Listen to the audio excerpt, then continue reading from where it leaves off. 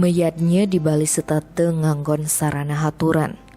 Lenan haturan ane kesembahang ring ide betara, haturan masih kesembahang ke putekala. Umat Hindu percaya ada makhluk ane tusing hidang ningalin.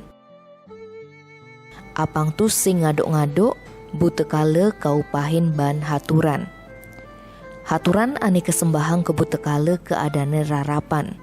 Nanging rarapan ane tusing patut teken sesana lakar dadi mubasir.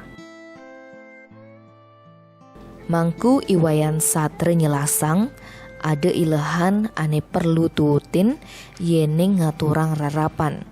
Ane paling penting dije tongos ngejang rarapan ane lakar keaturang.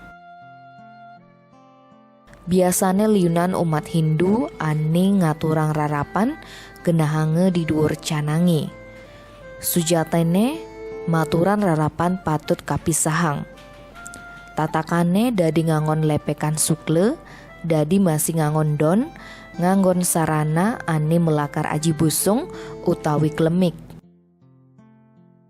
Apa mawinan kapisahang, ane ulian kaisahang teken fungsi lan sane keaturin. Ngaturang rarapan di dhuwur canangi, ngai canang kelangan maknane. Canang dadi simbol Sang Hyang Widiwasa, nanging rarapan dadi persembahan butekala utawi wong samar.